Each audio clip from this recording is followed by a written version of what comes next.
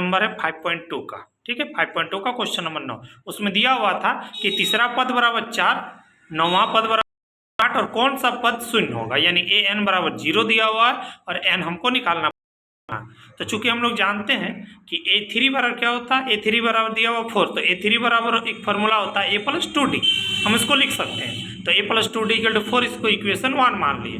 Again नौवां पद कितना दिया हुआ -8, तो नौवां पद बराबर होता है A+8D बराबर -8। अब हम क्या करेंगे, हमको ए और डी फाइंड करना सबसे पहले, एन को निकालने के लिए ए और डी। तो समीकरण ए को 2 को हम माइनस कर दें, घटाव कर देंगे। तो A+2D = 4 और A-8D बराबर -8।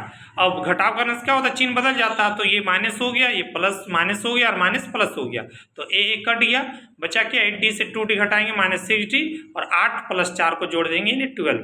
अब इधर फिर डी हमको नहीं, तो डी बराबर क्या हो जाएगा 12/6, यानी डी बराबर हो गया -2।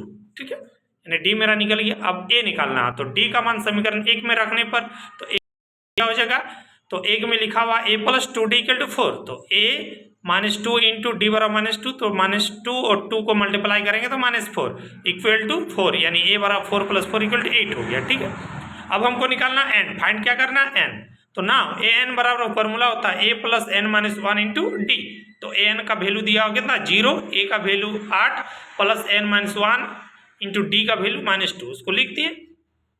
अब क्या हो गया यहाँ पर 8 प्लस, ठीक है, -2 को n के साथ गुना किया तो -2n, -2 को -1 के साथ गुना किया तो +2 हो गया। ठीक है, अब 0 8 ब्रैकेट हटाएं तो -2n + 2।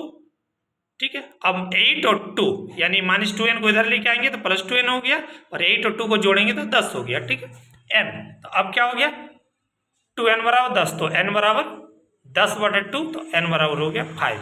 That is the answer. ठीक है, ये था क्वेश्चन। इस पर का कोई डाउट होगा क्वेश्चन में तो कमेंट कीजिएगा। Thank you.